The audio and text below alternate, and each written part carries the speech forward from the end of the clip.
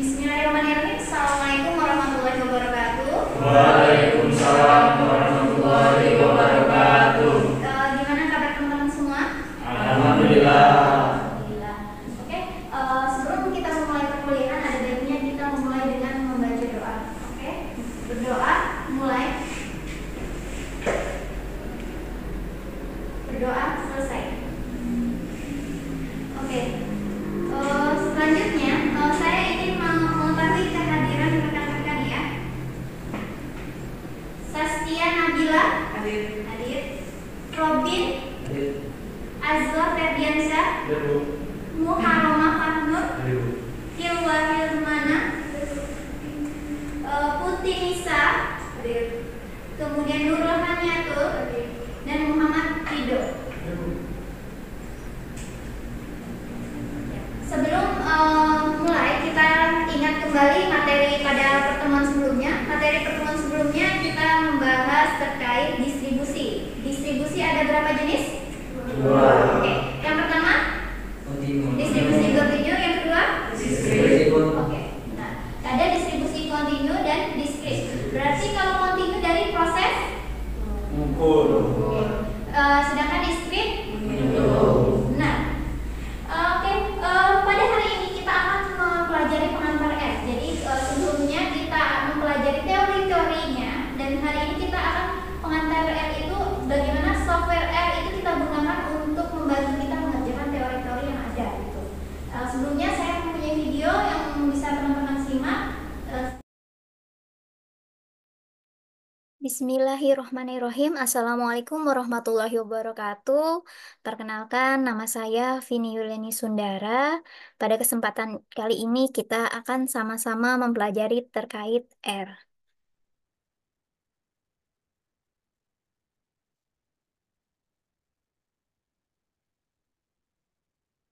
Ya, di sini kita akan mempelajari tentang pengantar R.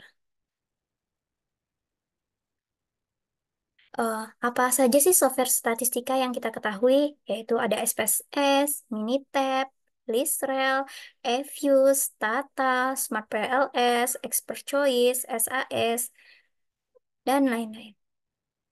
Namun, pada software statistika ini, kita harus mempunyai lisensi, sehingga ketika kita ingin mempublikasikan dalam artikel jurnal, terutama yang berreputasi nasional dan internasional, ini akan menjadi suatu masalah bagi kita.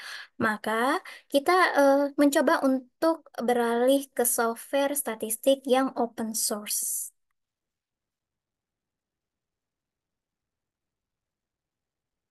Nah, apa sih itu R? Nah, ini logonya ya. Jadi R itu merupakan nama sebuah bahasa pemrograman software untuk pengolahan data dan grafik. Jadi ini sangat luas sekali ya. Dan bahasa pemrograman dan ini dapat membaca database, menghasilkan berbagai grafik, menghasilkan dashboard yang menarik, hingga ke penggunaan machine learning. Selain itu, yang menonjol dari software R ini yaitu bersifat gratis dan open source. Artinya, kita tidak perlu bayar lisensi apa-apa untuk menggunakannya secara bebas dan luas. Nah, namanya suatu software, tentu ada kelebihan dan kekurangan. Kelebihannya apa sih? Yaitu bersifat open source, sehingga dapat dinikmati oleh siapa saja gratis tanpa harus membayar lisensi. Tapi eh, selain itu ada banyak package dan fungsi di R yang mempermudah kita analisis data. Jadi tidak harus mengcoding dari awal. Dan kemampuannya grafik baik, simulasinya unggul, dan mendorong kita, mahasiswa, berpikir tentang analisis data. Tapi tentu ada kekurangan. Kekurangannya apa? Tidak user friendly. Jadi, ketika kita menggunakan suatu fungsi dapat membuat kita frustasi, kemudian membuat kesalahan dalam suatu pemrograman itu suatu hal yang biasa. Jadi, kalau kita error gitu ketika mengerjakan software pemrograman, itu adalah hal yang biasa. Justru kalau belum melakukan kesalahan atau error itu tidak mungkin sekali bagi seorang pemrogramer. Dan penyiapan data bisa menjadi suatu yang sulit. Data itu kan dapat berupa angka, kemudian berupa teks, suara, video, dan lain-lain. Tapi eh, sebagai mahasiswa di kampus Universitas Islam Negeri Sultan Toha Jambi, tentu kita ingat bahwa ada suatu ayat yaitu terkait surat Al-Insyirah ayat 5 dan 6 yaitu fa innamal usri yusro innamal usri yusro.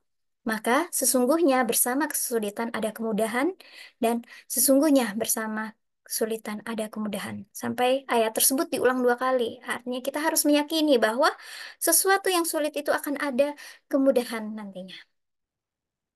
Terus di mana sih kita mendapatkan R? R itu merupakan software yang bersifat open source atau gratis yang dapat diakses di halaman berikut.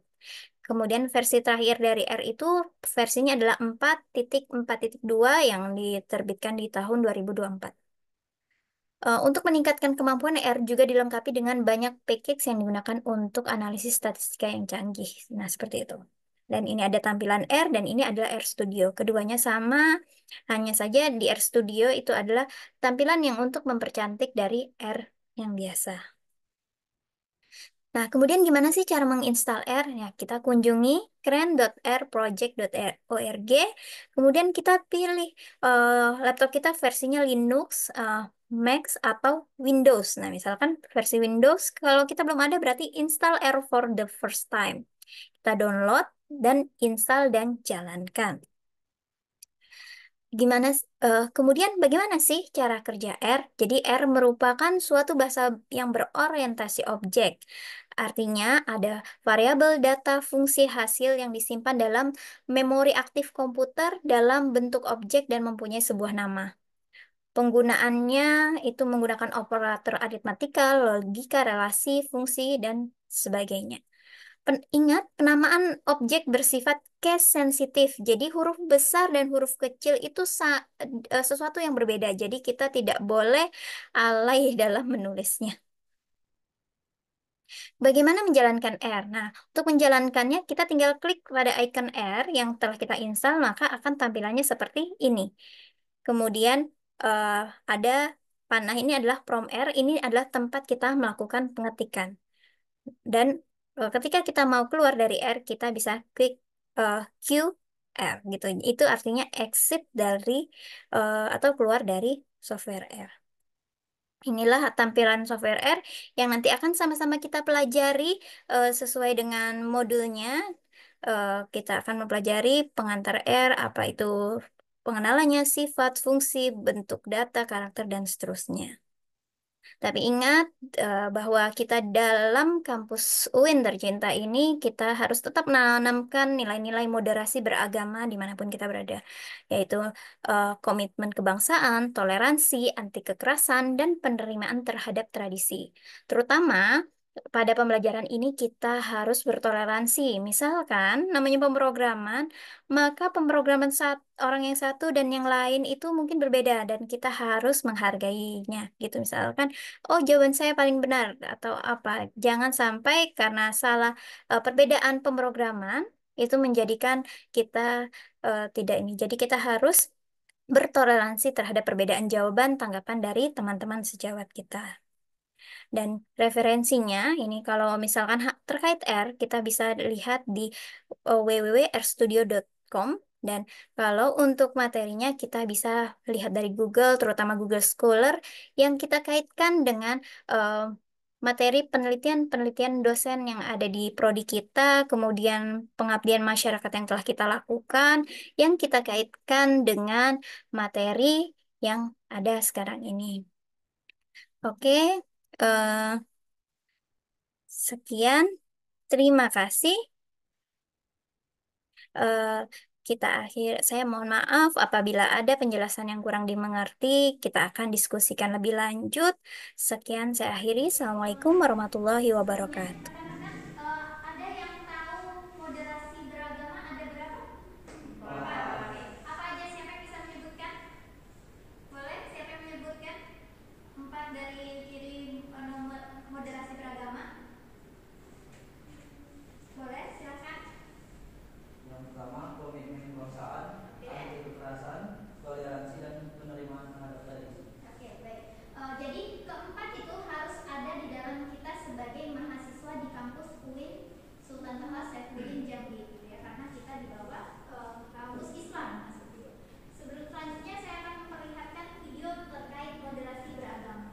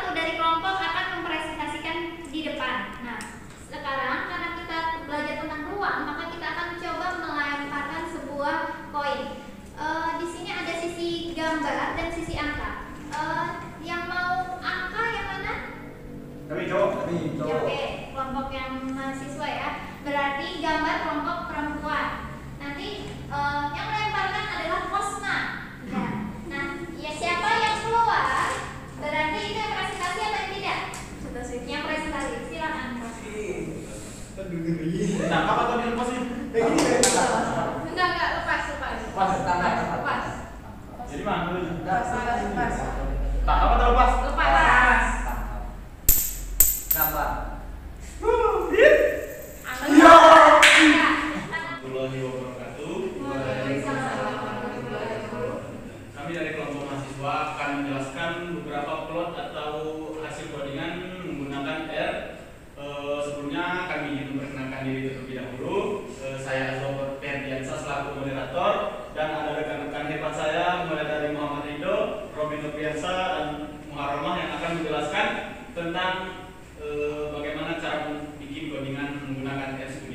Baiklah, untuk penjelasan lebih lanjutnya tanpa mengurangi waktu atau memperlambat waktu, kepada Robi kami persilakan untuk menjelaskan.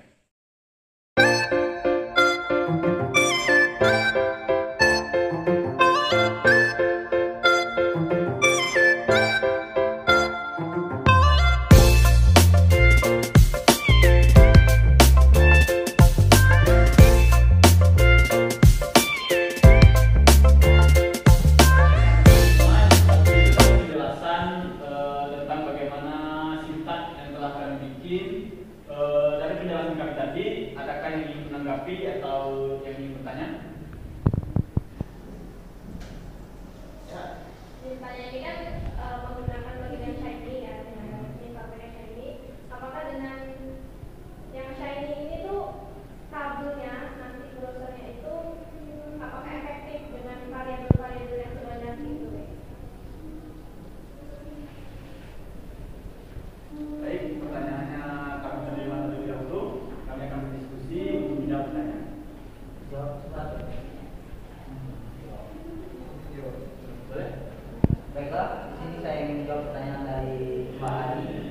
Sebenarnya menggunakan sintaks atau package sign itu termasuk ideal, bagus. Karena pada sign itu kita bisa melihat per data, misalnya data yang anak-anak yang terkena stunting, habis itu pada kecamatan mana dan pada desa mana, bisa dilihat satu persatu.